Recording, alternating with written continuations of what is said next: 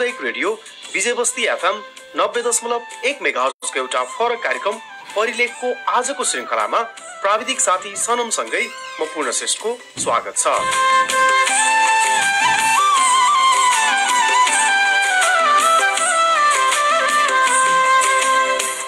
आदरणीय श्रोता, परिलेखको आजको यस श्रृङ्खलामा बाँकेको नैरानापुर क्वारेन्टाइनमा ज्यान गुमाएका 25 वर्षीय युवाको मुम्बईदेखि क्वारेन्टाइनसम्मको दर्दनाक कथालाई प्रस्तुत गर्न गइरहेका छौं, जसलाई विश्वराज पसरङ्ग्याले बुधबार जेठ 7 गते नयाँ पत्रिका दैनिकमा समाचार छापेका छन्।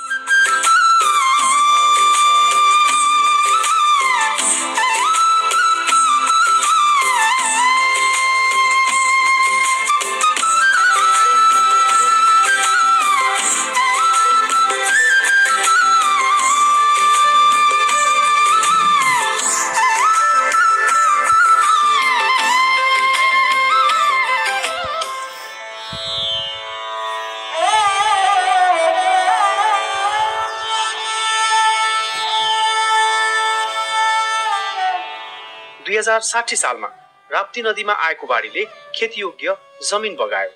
2071 मा फेरि राप्तीकै बाढीले बचे खुसीको जमिन र घर समेत सोर्यो। परिवार नजिकैको सामुदायिक जंगलमा विस्थापित भएपछि उनका कठोर संघर्षका दिनहरू सुरु भए। यो कथा आइतबार क्वारेन्टाइनमै कोरोनाले ज्यान गुमाएका बाँकेको नैरानापुर गाउँपालिका 5 का नाम गोप्य राखिएका 25 वर्षीय युवकको हो।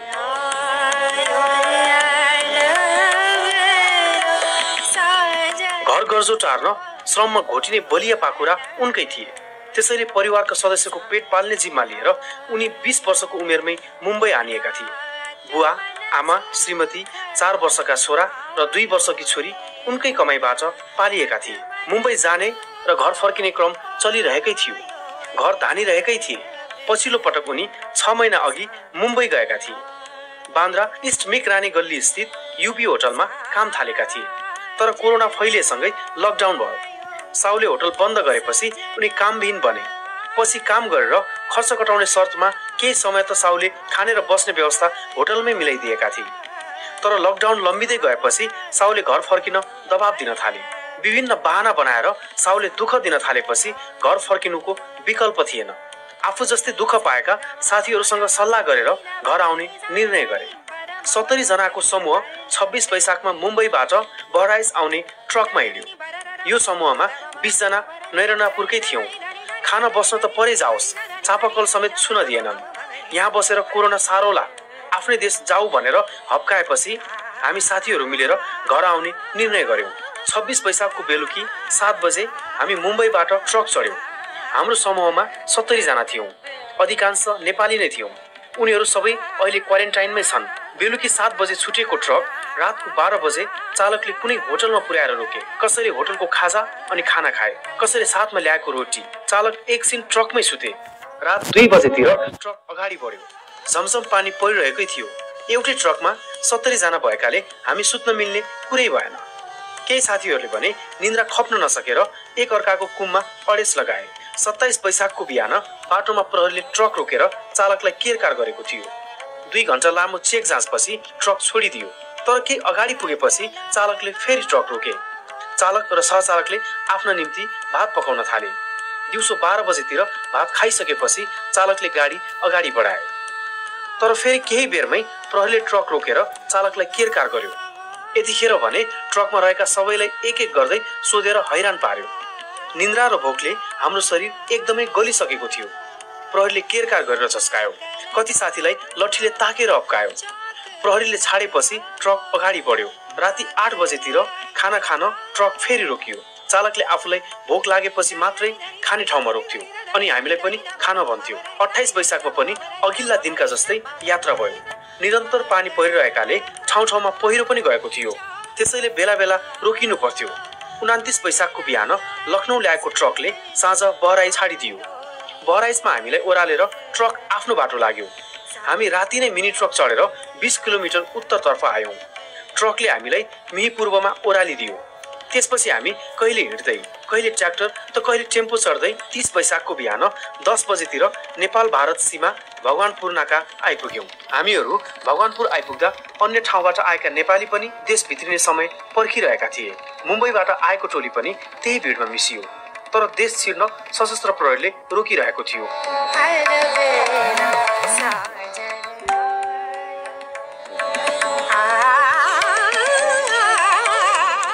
त्यहीबाट हामीले नैरानापुरका अध्यक्ष, राजनीतिक दलका नेता, वडाध्यक्ष र आफन्तलाई गुहार्यौं। क्वारेन्टाइनमा बस्ने सहमतिमा बल्ल तल्ल प्रहरीले नेपाल प्रवेश गर्ने अनुमति दियो। भगवानपुर नाकाबाट नेपाल प्रवेश गर्दा झण्डै 90 जना सँगै थियौं। नाकाबाट 2 घण्टा पैदल हिँडेर 20 जनाको टोली नैरानापुर 5 स्थित दिपेन्द्र प्राविको क्वारेन्टाइनमा पुगियो। मुम्बईदेखि सँगै आएका उनका एकजना साथी भन्छन्, क्वारेन्टाइनमा पनि आफू र युवक एउटै कोठामा बस्यौं। एउटै गाउँ र समान उमेर भएकाले पनि आफूहरू नजिक नजिकको ओछ्यानमा सुतेका थियौं।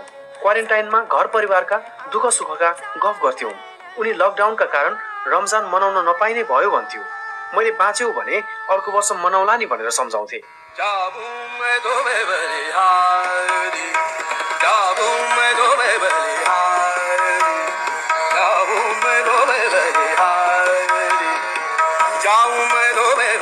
नैरानापुरको क्वारेन्टाइनमा स्वाब परीक्षण गर्दा 6 जना कोरोना पुष्टि भएपछि शनिबार अन्यको पनि स्वाब संकलन गरिएको थियो। युवक र उनका साथीले पनि परीक्षणका लागि स्वाब दिएका थिए। नियमित जस्तै त्यस दिन पनि राति 8 बजेतिर दुवैले सँगै खाना खाए। गर्मी भएकाले 11 बजेसम्म विद्यालयको प्राङ्गणमा बसेर गफगाफ गरे। परिवार र इष्टमित्रलाई फोन गरे। उहाँले राति 10 बजेतिर फोन गर्नुभएको थियो। मेरो स्वास्थ्य राम्रो छ, चिन्ता नलिनु भनेर सम्झाउनु भएको थियो। युवककी पत्नीले भनिन्, मैले पनि स्वास्थ्यको ख्याल गर्नु, धेरै चिन्ता नलिनु भनेर सम्झाएँ। तर भोलिपल्टै अप्रिय खबर आयो।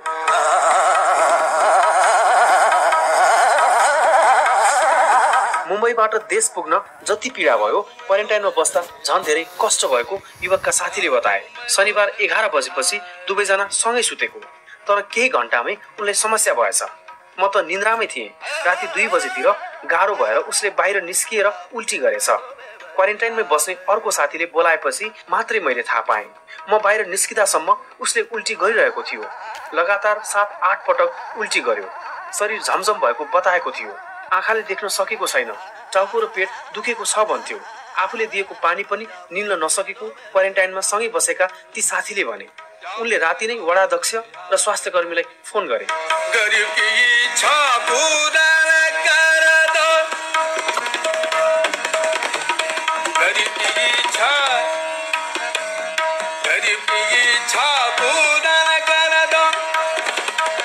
तर कसैले पनि फोन उठाएनन्। क्वारेन्टाइनमा सुरक्षार्थ खटिएका प्रहरीहरू नेताको घरमा गएका थिए। ती प्रहरीले आफ्नो छोरालाई क्वारेन्टाइन हेर्ने जिम्मा दिएका थिए। उनले खबर गरेको झन्डै 2 घण्टापछि बिहान 5:30 बजेतिर मात्रै स्वास्थ्य कर्मी आए। त्यति बेलासम्म युवकको बोली बन्द भइसकेको थियो। हाम्रो कुरा सुन्थे तर फर्काउन सक्दैनथे। इसारा मात्रै गर्थे। स्वास्थ्य कर्मीले चेक जाँच नगरिकनै 3 मिटर टाढैबाट औषधि दिएर फर्किए। मलाई पानी र औषधि खुवाउन आदेश दिए। पानीसम्म पिउन नसक्ने साथीले औषधि खान सक्ने कुरै भएन। अन्ततः आइतबार बिहान करिब 6 बजेतिर उनले देहत्याग गरे। युवकको मृत्युपछि स्वास्थ्य कर्मी आएर नाडी छामछुम गरे। 6:30 बजे एम्बुलेन्स पनि आइपुग्यो। मरिसकेको व्यक्तिलाई जिउँदैछ भन्दै एम्बुलेन्समा राखेर उपचारका लागि नेपालगञ्ज लैजाने बहाना गरेको क्वारेन्टाइनमा रहेका उनका साथीहरूको आरोप छ। समयमै औषधि पाएको भए ऊ बाँच्थ्यो होला। मलाई बचाऊ भनेर उसले हामीसँग धेरै हार गुहार गर्यो। औषधि र पानी माग्यो।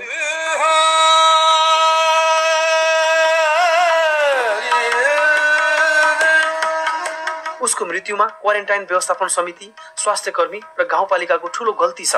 एक ट्याब्लेट औषधि समेत नपाएर उसले मर्नु पर्यो।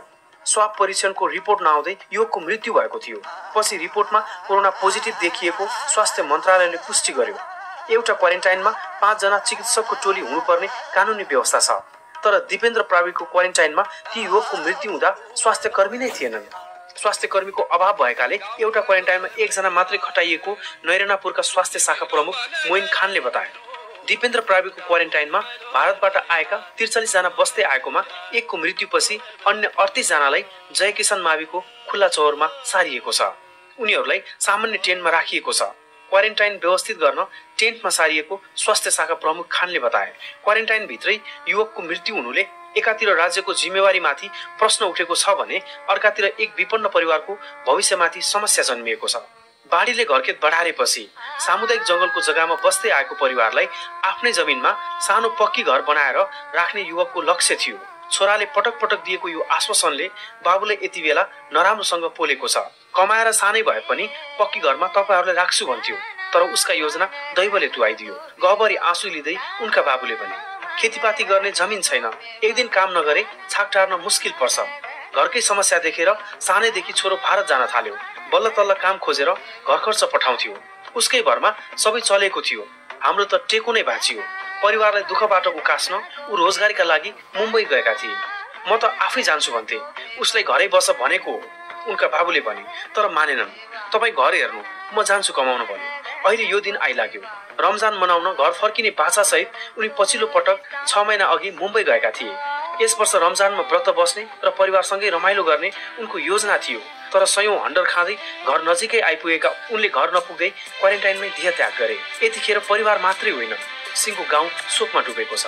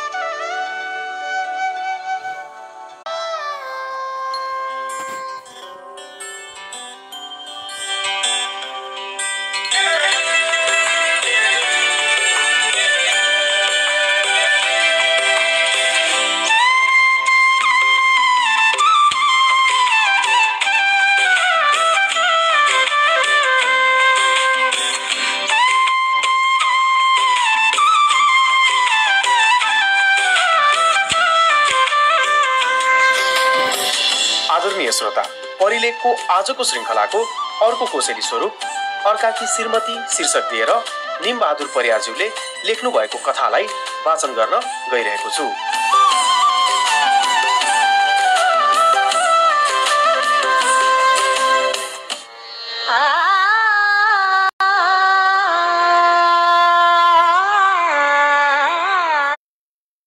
सुन्दरता के हो? रूपवती कसलाई भन्ने? परी कस्ता हुन्छन्? उत्तर थिइन् सिरु। हँसिलो मुहार, गुलाबी ओठ, मोतीरूपी दन्तलहर र चम्किलो केश राशिले उनी यति राम्री देखिन्थिन्, लाग्थ्यो परीको अर्को रूप हुन् उनी। सबैले मलाई खाइलाग्दो मान्छे भन्थे। सेनाको सेकेन्ड लेफ्टन, उमेर 28 वर्ष, उचाइ 5 फिट 10 इन्च, गहुँगोरो वर्ण, जवानीको जोश भनौँ कि उत्साह या घमण्ड, संसारको जस्तो सुकै शक्तिलाई जित्ने साहस थियो ममा। तर उनलाई हेर्न साथ जोश जागरहरू नतमस्तक हुन्थे। उनमा त्यस्तो शक्ति के थियो कुन्नी? म उनको सामु लत्राक लुत्रुक्क पर्थे। म घरबाटै ब्यारेक जान्थे। काँधका जोडी खुकुरी अंकित ब्याजको बेग्लै शान थियो। म ब्यारेक आउँदा जाँदा सबैको ध्यान मतिर हुन्थ्यो। म भने उनलाई हेर्थे। उनी सबैसँग नम्र हुन्थिन्। बालबालिका र वृद्ध वृद्धालाई झनै ख्याल गर्थिन्। ब्युटी विथ ब्रेनको घतलाग्दो अर्थ उनलाई हेरेर बनाए जस्तो लाग्थ्यो। युनानी र भारतीय पौराणिक शास्त्रका सृष्टिकर्ताहरूले सिरुलाई पृथ्वीमा पठाए जै लाग्थ्यो। कवि र गीतकारको वर्णन भन्दा अलौकिक सुन्दरताले भरिपूर्ण थिइन् सिरु। सायद वर्ड्सवर्थ र देवकोटालाई उनको प्रशंसामा शब्दहरू कम पर्थे होला। सोमबार सिरु झन राम्री देखिन्थिन्। चट्ट परेको शरीरलाई रातो रङको धोतीले भेट्थिन्। सुनमा सुगन्ध लाग्थ्यो। नसालु हेराइ तीरभन्दा कम थिएन। हरेक पल उनले मलाई नै हेरिरहे झै लाग्थ्यो। मानिस दिवा स्वप्न देख्न बाध्य हुन्थ्यो। उनको शिरदेखि पाउसम्म हेर्दा मन त्यसै प्रफुल्ल हुन्थ्यो, तर शिरको मध्य भागमा रातो सिन्दुर देख्दा मन खिन्न हुन्थ्यो।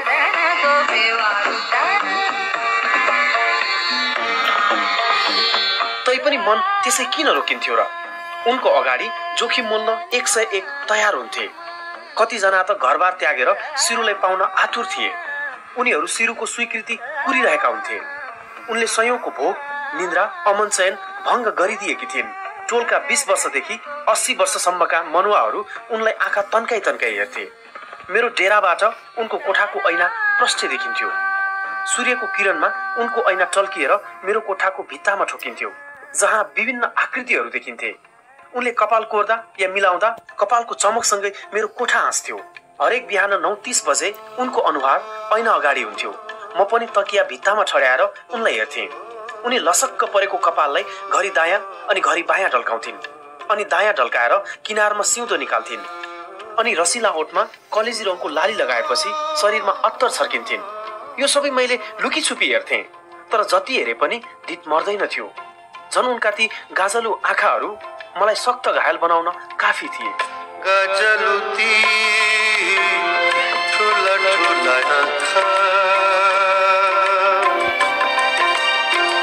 तेरा बनी बसे यो दिलैमा, कालो लामो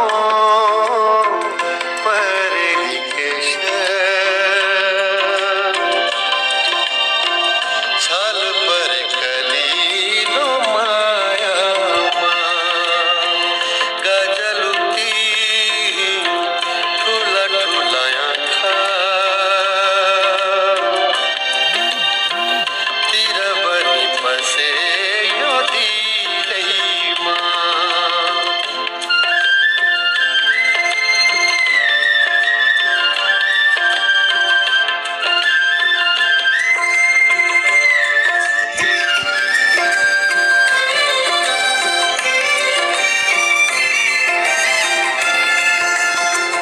निधार को त्योरा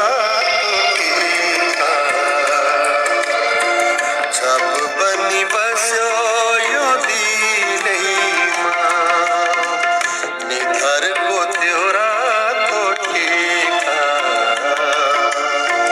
छाप बनी बस्यो यो दिलैमा, झल्केको त्यो नाकको फुली,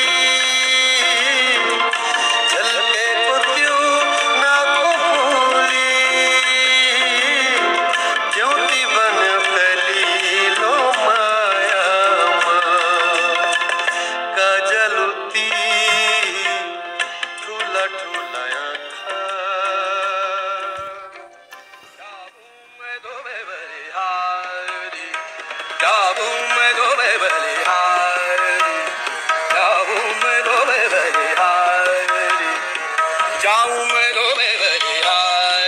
बेला बेला उनी यताउति फर्केर कर्के नजर लगाउँथिन्। उनलाई पनि कसैले हेर्दैछ भन्ने भान हुन्थ्यो होला। म अन्तैतिर आँखा घुमाउँथे। म झ्यालमा बसेको मेरो श्रीमतीलाई पटक्कै मन पर्दैन थियो। उनी व्यङ्ग्य बाङ्गिँदैन केटाकेटी खेलेको हेरेको नि म जिब्रो चपाउँथे। के हेर्नुहुन्छ मलाई सबै थाहा छ। उनी बम्किन्थिन्।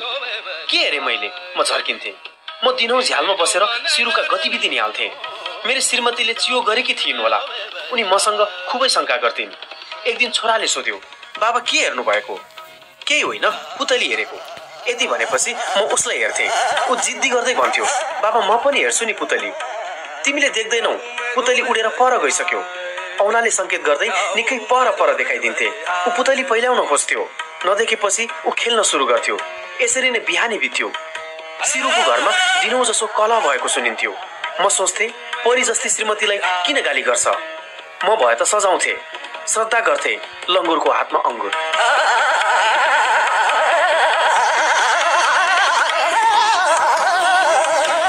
बेला बेला मलाई डिभोर्स चाहियो भन्दै सिरु चिच्चाएको सुन्थे। त्यस बेला उनको श्रीमानको आवाज नै चर्को सुनिन्थ्यो। उसले सिरुमाथि शङ्का उपशङ्का गरेको बुझिन्थ्यो। राम्री श्रीमती भएकालाई पनि गाह्रै हुँदो रहेछ। दुनियाँले आँखा लगाउने, हेर्नेले पनि खाउलाजै गरेर हेरिदिने। छरछिमेकले थाहा पाउने गरी झगडा गरे पनि उनीहरू घरबाट सँगै निस्कन्थे। झगडा होस् या मेल, सिरु सधैँ चिरिच्याट्ट हुन्थिन्। उनको अनुहारलाई खासै असर गर्दैन थियो, हँसीले देखिन्थ्यो।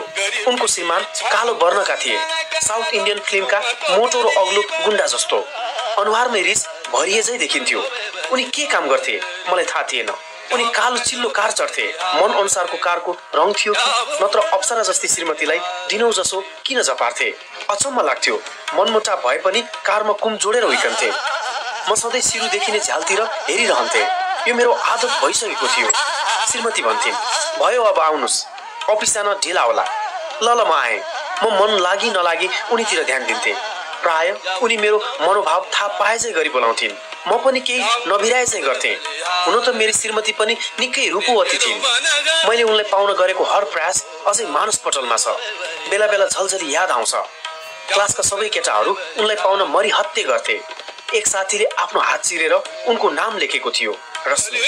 मैले रश्मिका लागि कैयौँसँग झगडा गरेको थिएँ। मैले उनलाई कसो कसो माया जालमा फसाएँ र विवाह भयो। छोरो जन्मियो। सबै राम्रै थियो।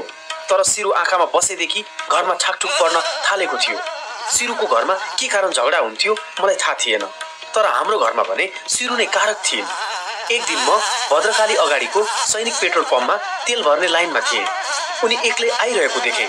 उनले सेतो कुर्ता, कालो रङको पाइजामा र कालो चस्मा लगाएकी थिइन्, जुन उनलाई खुब सुहाएको थियो। उनको काँधमा साइड ब्याग पनि थियो। उनी टक टक गर्दै पेट्रोल पम्प अगाडि उभिएकी थिइन्। सायद उनी कसैलाई कुर्दै थिइन्। एकछिन म आफै अलमलमा परेँ। सपना झै लाग्यो। आफैलाई चिमोटे। बिप्नै रहेछ। तेल भरे। अझैसम्म उनी सडक किनारमै थिइन्। मेरो चाहना पनि त्यही थियो। घाम चर्किएको थियो त्यस दिन। उनी बेला बेला टाउकामा हात राख्थिन्। घरिघरि हातले हावा अम्किन्थिन्। म दोधारमा परेँ। मलाई नजिकै गएर उनलाई बोलाउँछै लाग्यो। तर फेरि सोचे, देख्ने मान्छेले के भन्लान्। बोलाउ भने तिमीलाई बात लाग्ने डर, नबोलाउ त तिम्रो गीतको पाप लाग्ने डर, नबोलाउ त तिम्रो गीतको पाप लाग्ने डर, बोलाउ भने तिमीलाई बात लाग्ने डर, नबोलाउ त तिम्रो गीतको पाप लाग्ने डर, नबोलाउ त तिम्रो गीतको पाप लाग्ने डर।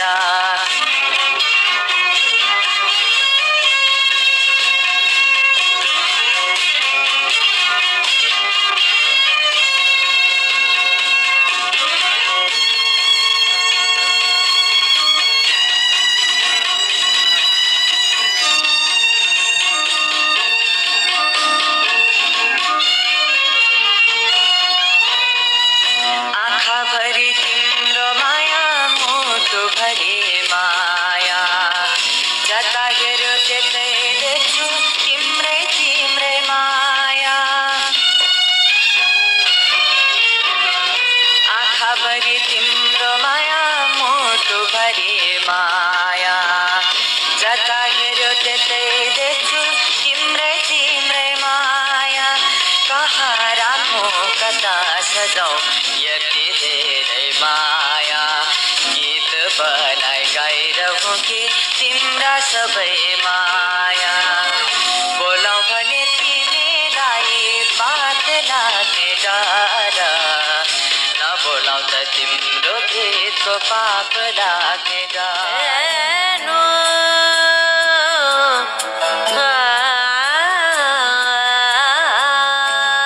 मनले मानेन। उनी अगाडि बाइक रोकिन्। उनी एकछिन अक्क न बक्क भइन्। कसलाई कुर्नुभयो म्याडम? भलाकुसारीको न्यु खोजे। कसैलाई होइन। उनी हिचकिचाइन्। घरसम्मै पुर्याइदिन्छु, बस्नुस् म्याडम, मैले अनुरोध गरेँ। भो पर्दैन, म ट्याक्सीमै जान्छु, उनले भनिन्। अप्ठ्यारो मान्नु पर्दैन, बस्नुस् म्याडम, हाम्रो घर नजिकै छ, किन ट्याक्सी चढ्नुहुन्छ? जाममा फस्नु होला फेरि, मैले भने। जामको डरले या मायाले थाहा भएन। उनी राजी भइन्। मेरो कुममा हात राखेर पछाडि बसिन्। एकछिन बाइक हल्लियो। ह्यान्डल जोडले समाते। एक्सिलेटर बिस्तारै बटारे। मलाई केहीको हतार थिएन। मैले जे खोजे त्यही पाएको थिएँ। म सधैँ उनीसँगै बस्न चाहन्थे। मौका मिल्यो। जिन्दगीमा गुमेको कुरा निकै पछि पाए जस्तो भान भयो। एक प्रकारको जित थियो मेरो। म निकै खुसी थिएँ। हावाको मन्द गतिको मजा लिँदै हामी बाइकमा सर र घरतिर जाँदै थियौं। अकस्मात विपरीत दिशाबाट कालो चिल्लो कार अनियन्त्रित तरिकाले हुइकिएर आयो। म आत्तिएँ, उनी पनि आत्तिइन्। उनले मेरो कम्मरमा बेस्सरी समातिन्। कारवालाले पनि जोडले ब्रेक थिच्यो।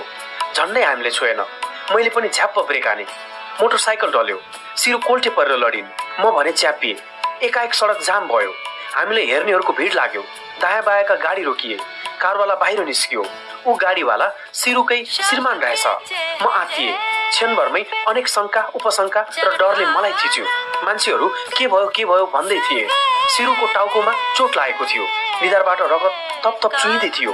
श्रीमानले सिरुलाई गाली गर्न थाल्यो। तँलाई के गर्नु ए नकसरी, कोसँग दिन बिताइस? घाइते सिरुमाथि झन् पीडा थपियो। लगत्तै ट्राफिक आयो। मलाई र सिरुलाई अस्पताल लगियो। सिरुका श्रीमानलाई ट्राफिकले केरकार गर्न थाल्यो। यता हामीलाई आकस्मिक कक्षमा लगियो। डाक्टरले सिरुको घाउमा मलमपट्टी लगाए।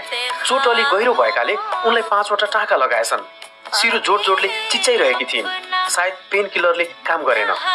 मेरो हात खुट्टाको एक्सरे भयो। त्यस्तो केही भएन छ, तर दुखाइ चर्कै थियो। सिरुका श्रीमान पनि सिरुको बेडतिर आए। उसले ट्राफिकसँग कुरा मिलाइसकेछ क्यारे।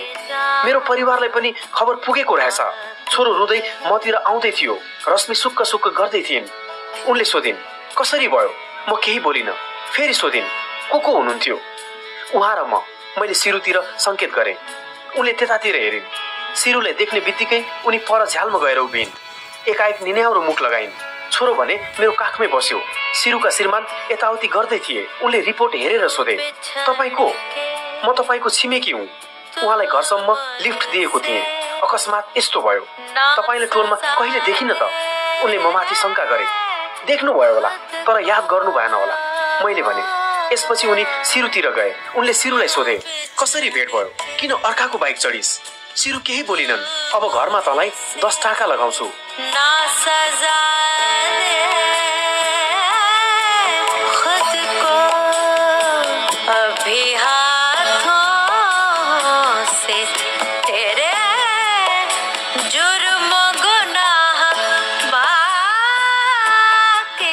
तपाईहरू घर जाँदा हुन्छ, एकछिनपछि डाक्टरले भन्यो।